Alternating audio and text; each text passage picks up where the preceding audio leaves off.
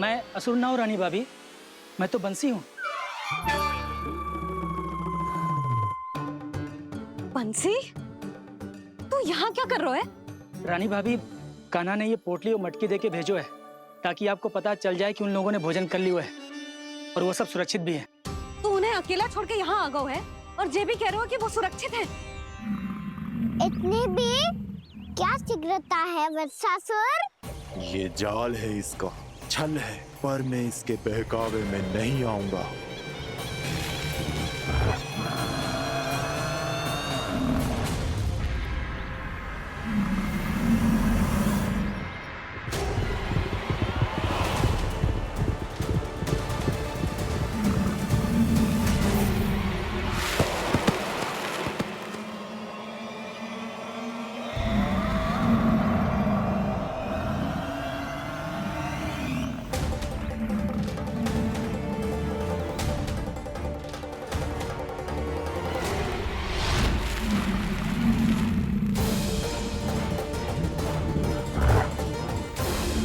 कब तक बच पाएगा तू? और स्वयं बच भी गया तो इन बालकों के प्राणों की रक्षा कैसे करेगा? यदि तू अपनी हार स्वीकार नहीं करेगा तो इन सबको अपने पांव के नीचे कुचल दूंगा मैं।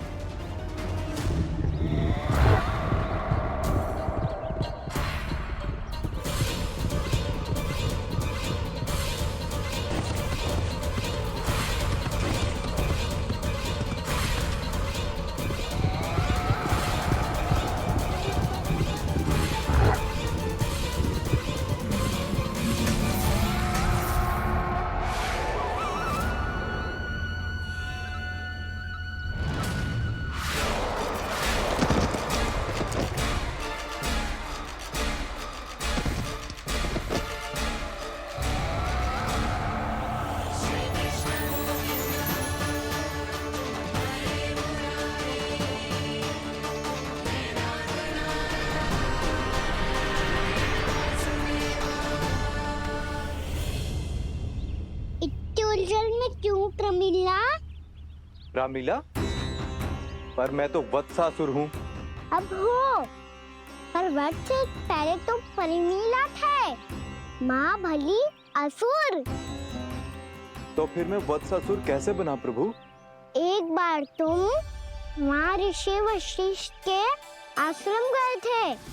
यक्षों, गंधर्वों और देवताओं तक को पराजित करके जिसने अपने अधीन कर लिया, वो मुरुपुत्र प्रमिलासुर आपके द्वार पर खड़ा है। महर्षि वशिष्ठ स्वागत नहीं करेंगे?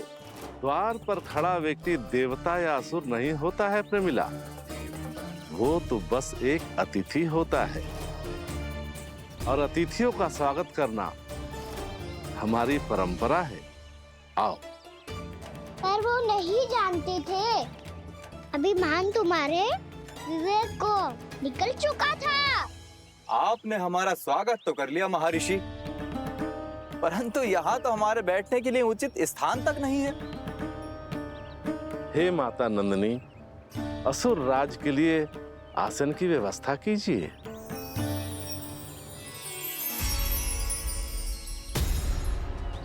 विराजिए असुर राज।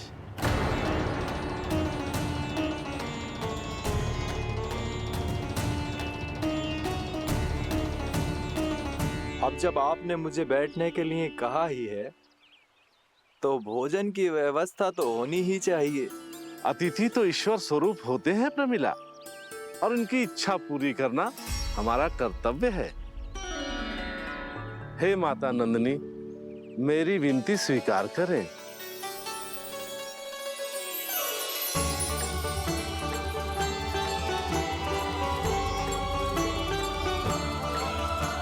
आरंभ करो प्रमिला।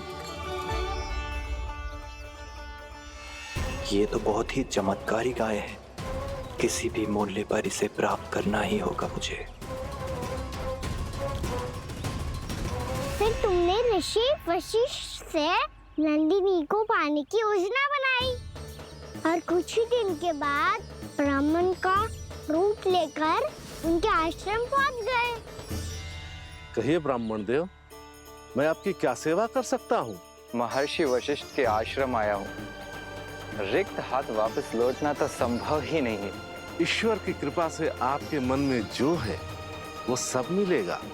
अपनी इच्छा प्रकट कीजिए ब्राह्मण देव। तो महर्षि, ये गाय मुझे दान में दे दीजिए। गाय मुझे दान में दे दीजिए। किस सोच विचार में पड़ गए महर्षि? क्या आप ब्राह्मण की इच्छा पूरी किए बिना ही उसे आश्रम से लौटा देंगे? किंतु इस ढोंगी के कुचक्र में मत फंसिए महर्षि। ये ब्राह्मण नहीं, असुर प्रमीला है, जो छल में मुझे आपसे छीनने आया है। छल? मेरे साथ छल करता है दुष्ट? तुझे इस कपट का दंड अवश्य मिलेगा। माता नंदिनी, इसके कुकर्म का फल दीजिए। तूने एक दिव्य गाय को पाने के लोभ में अपना वेश बदला था। अब मैं तुझे श्राप देती हूँ, तेरा वेश सदा सदा के लिए बदल जाएगा। इसी क्षण से गाय का बछड़ा अर्थात वत्स बन जाएगा तू वत्सासुर। बन जाएगा तू वत्सासुर। ये क्या हो रहा है मुझे?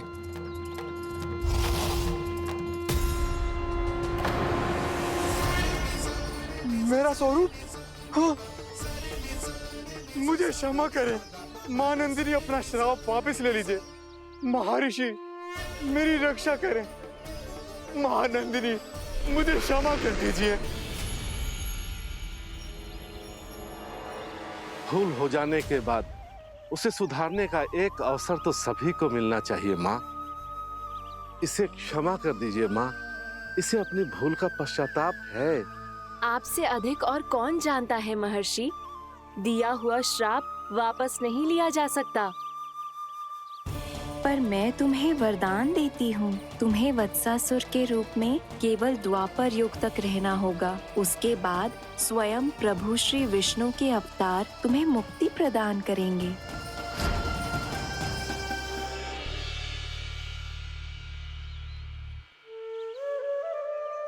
मुझ जैसे मूर्ख अभिमानी दुष्ट को भी आपने मुक्ति प्रदान की प्रभु। जब भी किसी को अपनी भूल का आभास होता है, वो उसी क्षण क्षमा पाने की योग्य बन जाता है। और जिसने वर्षों तक पश्चाताप भी किया हो, उसके लिए तो मुक्ति का मार्ग भी सहज खुल जाता है।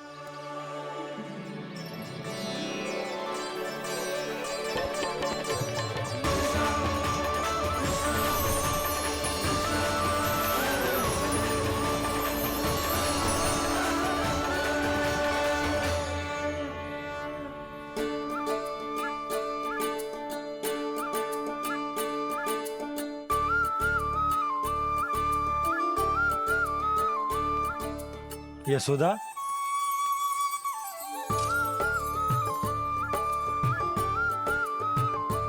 यशोदा, कुम्हार के यहाँ से दीपक ले आया हूं। हर बार की भांति इस बार भी पूरा गांव दीपों से जगमगा उठे हो। वृंदावन में जे हमारी पहली दीपावली है और जे हम बड़ी धूमधाम से मनाएंगे।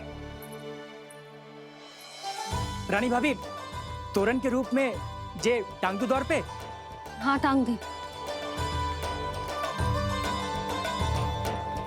अरे ठहरो, बंसी, जे तोरण थोड़ी ना है। तोरण तो आम के पत्तों और गेंदे के फूल का बनता है। जे किसने कही तुझे ऐसे टांगने के लिए? तोरण क्यों टांगते हैं पता है? हे नारायण, तोरण इसलिए टांगते हैं ताकि बुराई और नकारात्मकता को हम द्वार के बाहर ही रोक दें और भीतर उन शक्तियों को आमंत्रित करें जो ऊर्जा, उत्साह और दिव्यता से भरी हो, जैसे मैया लक्ष्मी। रानी भाभी, ये बात समझ में ना आई कि तोरण में केवल आम के पत्तों और गेंदे के फूलों को ही क्यों लगाया जाता है? वो इसलिए बंसी, क्योंकि आम के पत्ते घर के भीतर की दूषित वायु को खींचकर बाहर निकाल देते हैं और किसी भी प्रकार की नकारात्मक ऊर्जा को उसका हरा रंग घर के भीतर प्रवेश ना करने देते और आंखों को शांति और सुखद अनुभव कराते है, वो बात अलग। इसी प्रकार से गेंदे के फूल भी किसी भी प्रकार की नकारात्मक ऊर्जा को घर के भीतर प्रवेश ना करने देते और उनकी गंध से कीड़े मकोड़े भी घर से दूर ही रहते हैं। समझ में आई बात? जी समझ गए हो। हाँ तो समझ गए हो तो जा ना, शीघ्र आम के पत्ते लेके आजा। जी यशोदा, अपने कान्हा के गौचारण से लौटने की प्रतीक्षा में तुम जितनी व्याकुल हो ना, उतना व्याकुल तो अयोध्यावासी भी ना थे भगवान श्री राम के वनवास से लौटने पर। हर मैया के लिए उसका लल्ला श्री राम ही होता है। अच्छा एक बात बताओ, तुम अपने श्री राम, मेरा अर्थ है कि तुम्हारे लल्ला की प्रतीक्षा ऐसे ही भूखे प्यासे खड़े रहकर इस द्वार पर करने वाली हो क्या? भोजन की स्मृति सता रही है आपको? अपने लल्ला की कोई चिंता ना है। सारे बालक वन में अकेले हैं, अब तो बंसी भी यहाँ आ गए हैं। नारायण ही रक्षा करे उन सबकी, कहीं कोई अनहोनी ना हो जाए। इतने घने वन में कहीं कोई पशु या कोई राक्षस आ गो तो? अभी तो कह रही थी कि तुम्हारा लल्ला श्री राम है। अरे श्री राम तो 14 बरस का वनवास काटकर सुरक्षित अपने घर लौट आए थे। तुम्हारा लल्ला तो सवेरे गया है गौचरण को, गोधूली के पहले वापस आ जाएगा। चिंता मती करो यशोदा, अकेले रहकर सब संभालेगो तभी तो हर परिस्थिति का सामना अच्छे से कर पाएगो।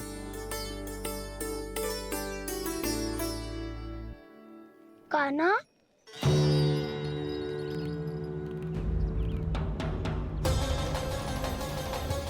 अब की बार तो पूरा फंस गया। अब इस स्थिति को कैसे संभालूं? जी कैसे हो? जी वत्स तो हमारो ना है। जी वत्स तो है ही ना। जी तो एक बहुत भयानक राक्षस लग रहा है। राक्षस?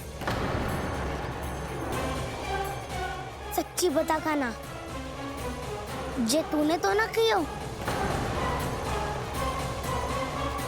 है जा कान्हा, हम घर लौट जाएंगे। अब पहरा देने की मेरी बारी है। आप जाओ और विश्राम करो। वन में आने से लेकर अब तक जो भी हुआ है सब तुम्हारी योजना का ही भाग है, और अब ये भी तुमने ही किया है ना कान्हा? मुझे आप नहीं पहचानोगे तो और कौन पहचानेगा दाऊ? पर अब समझ ही गए हो तो बस देखते ही मत रहो, सहीठा भी करो। स्मरण करो क्या है मेरा सत्य। स्मरण करो? मैं कौन? बोल कान्हा, सत्य बता। तू नहीं करो अजय? इतना बड़ा वत्स, बल्कि वत्स भी नहीं, इतना बड़ा राक्षस और इतना छोटा सा कान्हा। उज्जवल अपने बड़बोलेपन में कुछ भी बोलने लगते हो तुम। भला कान्हा में इतनी शक्ति कहाँ जो इतनी बड़े राक्षस की ये दशा कर पाए? तो फिर ये किसने करो जे? ये कार्य तो बस श्री नारायण ही कर सकते हैं, है ना कान्हा? इतनी क्षमता तो उन्हीं में हो सकती है, पर सखाओ इसके बारे में गांव में किसी को पता ना चलना चाहिए। क्यों? क्योंकि यदि हमारे माँ को पता चल गया कि यहाँ कुछ ऐसा हुआ है तो फिर कल से हम में से कोई भी यहाँ ना आ पाएगा। तो फिर गांव में ही खेलना छुपन छुपाई। उन सब का तो केवल वन आना बंद होगा, पर मेरी मैया तो मुझे घर से बाहर निकलने ही ना देगी। नाना, हम किसी को कछु ना बोलेंगे, है ना सखाओ? हाँ। क्या होगा हो सकता? तो हाँ क्यों ना कह रहा है? क्योंकि हम यदि वन में आते ही रहे और ऐसे भयानक राक्षस या पशु ने हम पर फिर से आक्रमण कर दिया तो कान्हा, है ना? मेरे कहने का अर्थ है कि श्री नारायण है ना, जैसे उन्होंने आज हमारे प्राणों की रक्षा की, भविष्य में भी वही करेंगे।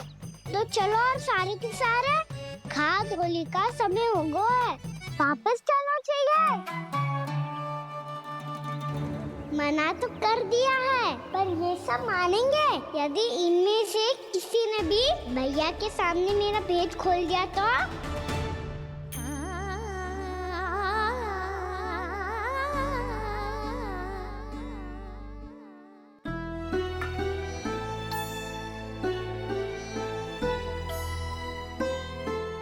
यशोदा आओ कछु खा लो।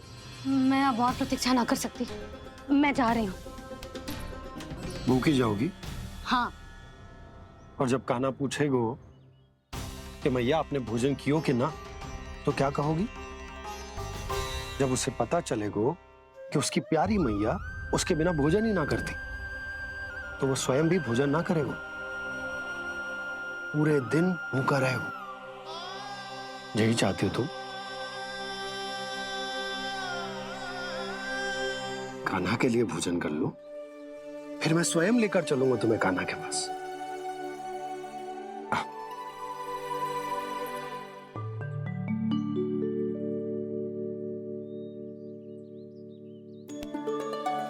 आपने कान्हा का नाम लियो है, इसीलिए खा रही हूँ।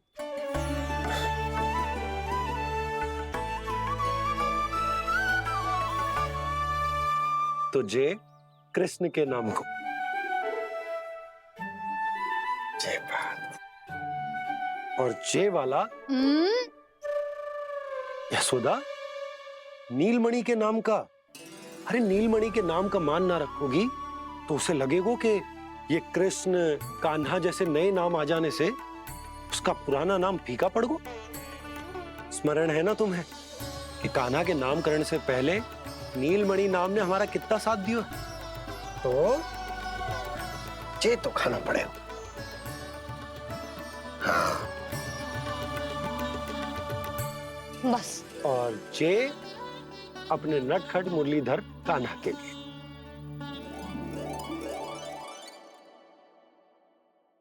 लल्ला का नाम ले लेके आपने पूरा भोजन करा दियो। अब चलो, ले चलो मुझे उसके पास। आपने कही थी ना? हाँ यशोदा, ये लो।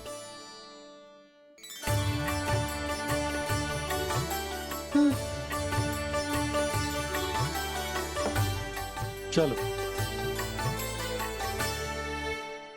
हमने तो वापस ना लौटने का वचन दिया था अपने लल्ला को। मैं तो मैया हूँ, ममता में आके अपना वचन भूल जाती हूँ, पर गोपराज तो अपने वचन के पक्के हैं। जे इतनी शीघ्र कैसे तैयार हो गए?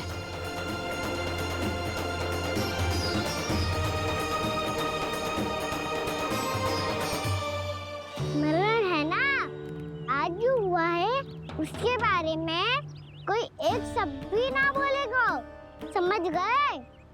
हम तो समझ गए कान्हा, और हम बताएंगे भी ना। पर इसकी मृत्यु देखकर क्या करें? यदि किसी गांव वाले ने देख लिया तो हमें तो बताने की आवश्यकता ही ना पड़ेगा। चिंता मत करो, श्री नारायण सब संभाल लेंगे। ये जहाँ से आया है वही पहुँचा देंगे इसे। वाह दाऊ, क्या सुझाव दिया है आपने?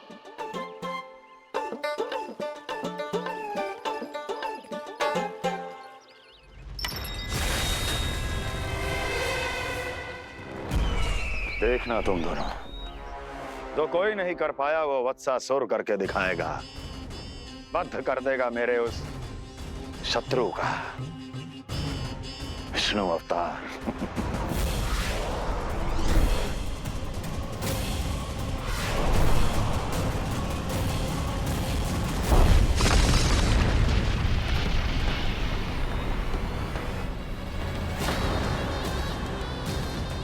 वत्सासुर! वत्सासुर! कैसे मारा उस विष्णु अवतार ने गौवंश को? तुमने वत्स का अर्थात गोवंश के जीव का वध किया है कान्हा? नहीं दाऊ, मैंने तो राक्षस वत्सासुर को मोक्ष किया है। अपने कर्मों को घुमा फिरा के सही सिद्ध मत करो कान्हा। मेरी बात सुनो, मैं दाऊ हूँ तुम्हारा। वो जो भी था पण था तो गोवंश से ही ना। तुमसे उसकी हत्या हुई है और तुम्हें इसका प्रायश्चित करना ही चाहिए। ऐसे करूं?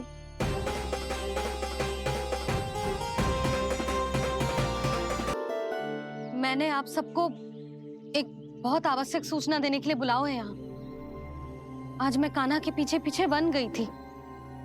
वहां मैंने कुछ ऐसा देखो है जिसकी कल्पना करना भी असंभव है। मैंने बहुत विचित्र मानव देखो वहां, जो मानव जैसा भी ना था। जो भी था ना, साधारण जीव तो ना था। पर जसोदा, ऐसो कैसे संभव हो सकता है? क्या बुद्धि लगाई है यशोदा ने। मेरे सामने एक ना चली तो अब गोपियों को अपनी योजना में सम्मिलित कर रही है। आप तो मेरा विश्वास करो मौसी, मैं सच्ची कह रही हूँ। उसका तो सर भी विचित्र था।